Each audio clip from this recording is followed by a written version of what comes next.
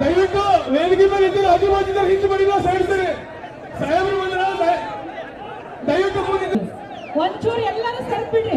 ಗೌಡ್ರನ್ನ ನೋಡ್ಬೇಕು ಬೇಡ ನೀವೆಲ್ಲ, ಹೌದಿಲ್ರಿ?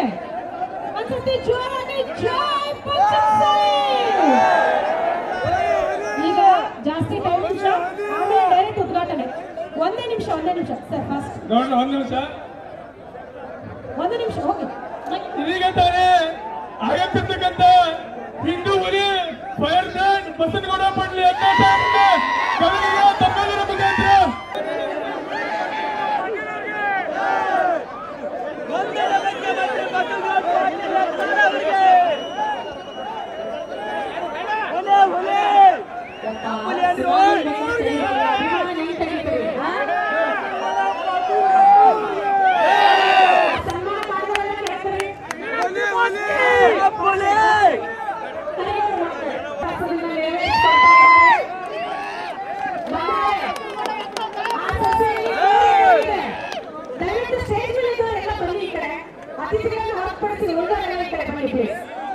ಉಳಿದವರೆಲ್ಲರೂ ಈ ಕಡೆ ಬಂದ್ಬಿಡಿ.